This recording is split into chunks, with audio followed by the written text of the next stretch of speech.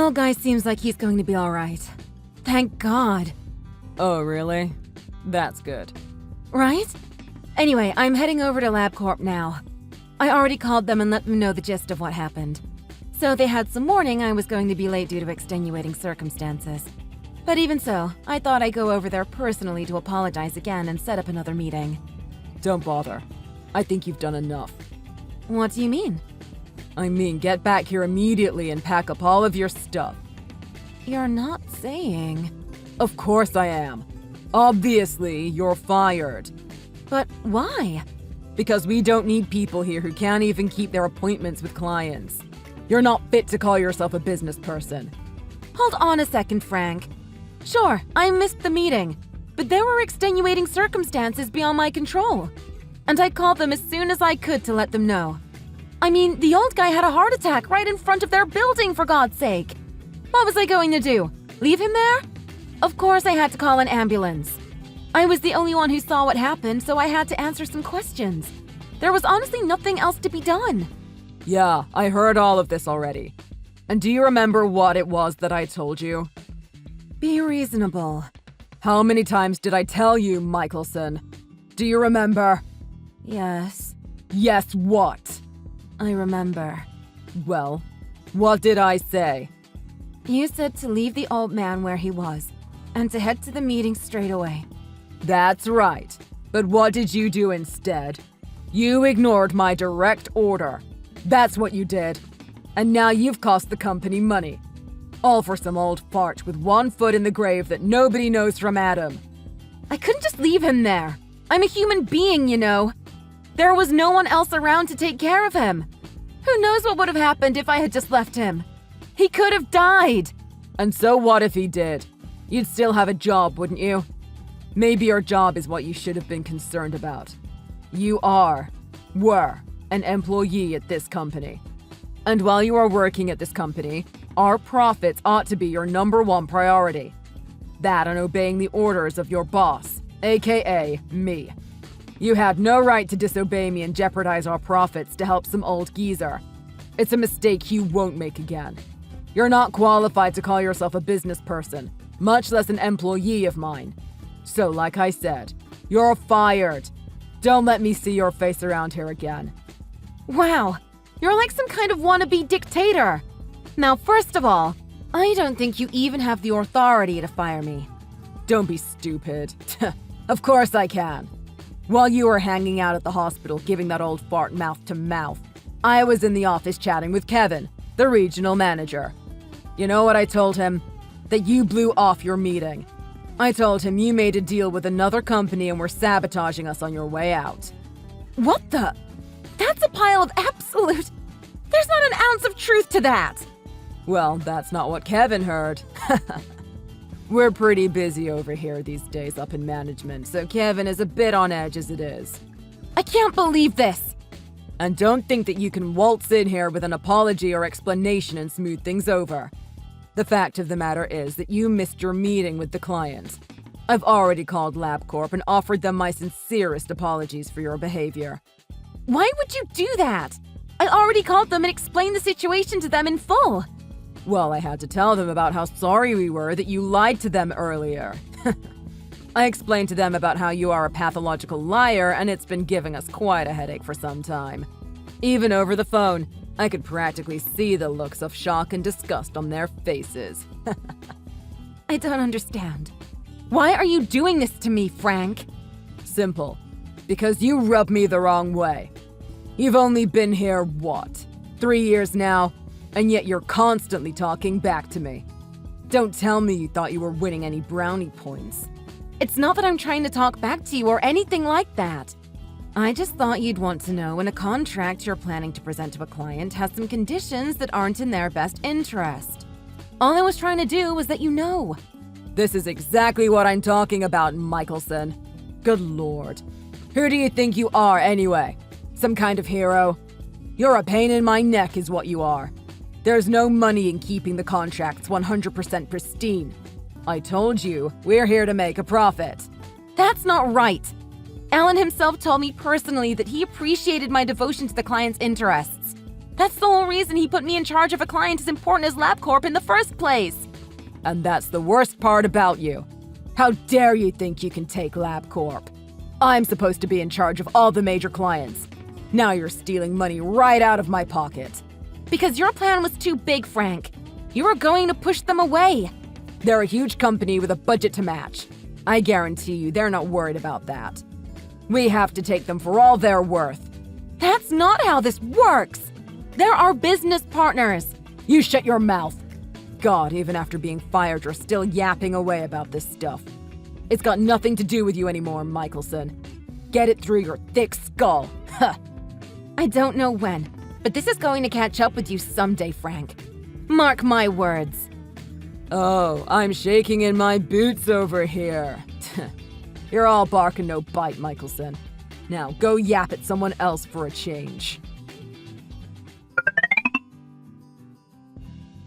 I want to thank you again for all of your help earlier, Ms. Michelson. Thank you for giving me your contact information. I really hope you didn't mind my asking. Anyway, I thought you might like to know that my father has woken up. I told you. Please call me Colleen. It was no problem at all. That's great news about your father. I'm so happy to hear it. Is he able to speak? He says that he wants to express his gratitude in person. I don't suppose there's any way I could bother you into coming back to the hospital. It's no problem, but please tell him that there's no thanks necessary. I just did what anyone else would have done in that situation. I understand that you might consider it natural. But I think there are a lot of people in this world who wouldn't actually do what you did when push came to shove. According to Dad, there were other people there who walked right past him before you came, you know? Is that so? At any rate, he's very resolute in wanting to thank you personally. Would you mind coming and visiting him? I'm very sorry to put you through any trouble. If it was possible, we'd like to come to you. But it looks like he'll be in the hospital for a while. But because of that, any time that suits you is fine. I'm sure you're quite busy. Weekend, evening, he's not going anywhere. No, it's no problem. I can come visit any time. Oh, is that right? It seems I found myself with quite a bit of free time on my hands. I see. I hope it isn't because of us. No, it's my own stuff. Anyway, it looks like I'll be a bit busy tomorrow taking care of a few things. How does the day after sound? Friday morning? Thank you, Colleen. I know it will mean the world to my father. And if you didn't come, I would never hear the end of it. Once again, you're a lifesaver. Literally. Well, I'll send you a message when I get to the hospital then. Sorry to bother you, but... Hi, Martin. No bother. How can I help you? Well, I just happened to hear something this morning. Is it true that you were fired yesterday? Oh, wow. You caught me off guard there. Where did you hear that? Sorry, I don't mean to intrude. I just... No, it's fine. If you know, you know. Can't put the genie back in the bottle. To be honest, I did get fired. But it's not you or your father's fault at all, of course. So please don't waste even a second worrying about that. But we heard that you missed an important meeting because you were helping my dad. And you were fired for not making it to the meeting. Isn't that right? Listen, Martin. Even if my manager had been standing there with me and told me directly to walk past your father or else I would be fired, I wouldn't have done a single thing differently. If anyone is at fault here, it's the company that would fire someone for just doing their civic duty and helping a fellow human. I don't have a single shred of regret leaving a company like that. And I'll find another job. Rest assured. You really are something, Colleen. You're going to make me blush. Really? Anyway, we're looking forward to seeing you tomorrow. Me too. Oh, and another thing. I don't suppose you could bring a copy of your resume with you. You want a copy of my resume? Are you hiring or something? If you don't mind, I'd prefer to explain tomorrow. See you then. Hey, if it isn't Mad Dog Michelson. Fired for sticking her nose where it doesn't belong. Anyway, thanks to you getting the axe, it looks like I've finally been put in charge of the LabCorp account. Couldn't have done it without you, Michelson. Ah, well, good for you. Well, I'll be. Look at you, all meek and mild-mannered. Here I was expecting your normal yipping and yapping. I just realized there was no point in saying anything to you. There she is! Ha! Yeah. Woof woof. Having fun, are you? Anyway, what do you want? Don't tell me you're just messaging me to brag about stealing my account. What other reason could I possibly have to talk to you? Certainly not your looks. Well, it seems like the new account's not keeping you too busy. Don't get me wrong, I am plenty busy. Your limp, soggy fart of a plan needs a total overhaul before we're ready to sign. This is a big fish. There's big money involved. And I don't want just a little nibble. I want the whole thing. Well, good luck with that. I don't need your luck, loser. I met the guy in charge on their side a long while back. Just once, but I remember him. Real spacey. No common sense whatsoever. AKA a complete sucker. Is that so? I'm a bit embarrassed to hear that our representative, Mr. Reynolds, gave such a poor impression. Huh? Your company? What are you babbling about? But your previous account manager, Colleen, was so trustworthy. We didn't really have to worry about her trying to take advantage of us or anything like that. So we thought we would be alright having an open and trusting guy like Reynolds on the account. We would have all been happier if things could have remained as they were, to be honest. But now that we'll be dealing with you instead, it seems we'll need to get someone a little more cutthroat to represent us. What the hell is this? Who are you? Good morning. This is Martin Long speaking, Executive Vice President of Label Corporation Limited. Get out of here, Michelson. The VP of LabCorp. I have to say, the way you spoke to Colleen really got under my skin. I couldn't help but take the phone and deal with you directly. Why would Michelson be with the VP of LabCorp? Because I wanted to give her my personal thanks for helping out my father the other day, after he had a heart attack in front of our building. Your father? That's right. The old fart with one foot in the grave, as you so charmingly put it. You mean to tell me that old guy that Michelson helped out the other day? That was the president of LabCorp? That would be correct. Michelson! Why didn't you tell me that from the beginning? What is wrong with you? Because she didn't know. My father has not been very healthy recently. In fact, it's not often that he shows his face around this office anymore. By the way, it was you who ordered Colleen to just leave him on the ground and get to the meeting. Isn't that right? Hold on a second. If I had known that was the president, of course I would have never given any such order. Of course not. I believe you. But, by your own admission then, if the person in need was not the president of the company, then it's fine. That's not what I'm saying. I'm afraid that's what it looks like. I've looked at your previous messages with Colleen, and actually, I've come to the conclusion that we absolutely can't do business with a person who would say things like that. So we've had some discussions about the future of our business with your company on our end. I'm afraid we've decided we won't be signing any contracts with you. Now, wait just a minute. Let me explain. You haven't even seen the new plan yet. At least give me a chance to pitch it to you. That won't be necessary. I don't need to see it to know that your contract is just going to be a vehicle to try and take advantage of us and recommend some expensive, extraneous things that we don't need. Isn't that right? Of course not. This plan was written with nothing but your company's needs in mind. Of course it's important to think about the future. We have several key investment opportunities that you simply can't afford to overlook. I'm afraid we don't have any money to spare on your nonsense. I'm pretty sure we asked your company for a bare-bones plan when we first contacted you about this. That's true, but you've got to hear me out. No, that's enough. And of course, there's also the matter of your conduct toward Colleen. I've already taken the liberty of contacting your president directly. Alan? Surely he set up a meeting with you already. Please just hold on a second here. You're saying that you're angry I fired Ms. Michelson, right? It's fine. It's not too late.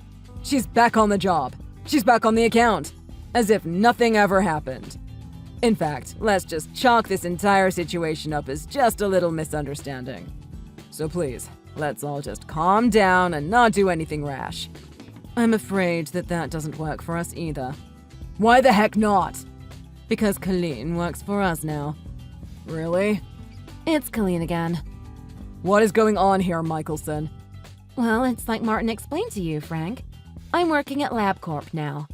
I think LabCorp has a lot of opportunities for me to grow my skills and apply my knowledge to our mutual benefit. For a start, it seems I'll be taking over this account from Kurt. You know, the guy you called Spacey. Wait, you're in charge of the account now? Isn't it just a perfect fit for my experience? You're not wrong. Business between our companies will be smooth as butter from now on. Oh, you think so? I've taught you everything you know, haven't I? Working together will be smooth sailing. So from now on, you just tell me whatever it is that LabCorp needs, and then we can think up a perfect plan together. It's a win-win for everyone. Am I right or am I right? Did you read what Martin wrote a few minutes ago? There's not going to be a contract. Why the heck not? I've raised you into an astute and capable business person, haven't I? Don't you think you owe me? The only thing you've taught me is that there are some really awful people in this world. That's it. Please give up any hopes of getting a contract out of us. Hold on a second, Michelson. Do you know what's going to happen to me in that case? I imagine you'll have to take some responsibility for your actions, won't you? Possibly even fired, if there's any justice in the world. Don't even joke about that. Come on, Michelson. Think about this again. I'll apologize, all right? I was wrong. I admit it. I apologize. I'll get on my knees and apologize. I'll kiss your feet. Gross, don't threaten to kiss me. You think sexual harassment is how you get a contract? You're not fit to call yourself a business person. After that, Frank was called into a meeting with the regional manager and the company president. Having heard the truth from Martin, the president was furious. Learning that Frank had lied to his face about me, the regional manager was also furious. The results of the situation were clear. Because of Frank's intentional lie, the company had lost a huge client. After such a massive blunder, Frank only really had two options: resign or be fired. It seems he chose to resign with a little dignity. Apparently, Frank was never really what you would call a top-class employee from the very beginning. As such, and considering he left the company in disgrace, it seems he had his work cut out for him in finding a new job. On the other hand, I'm doing great at LabCorp. The new job also came with a pretty hefty raise. I'm bustling away at my new job, perfectly content. My new boss is incredibly capable and reliable, and even more importantly, she has zero tolerance for doing anything unethical. In short, she is my kind of person. I never would have thought that so much in my life would change just for helping an old man who was suffering a heart attack. I guess this is what they mean when they say that helping others also helps you. Thanks for watching. If you like this video, please like and subscribe for more. See you next time.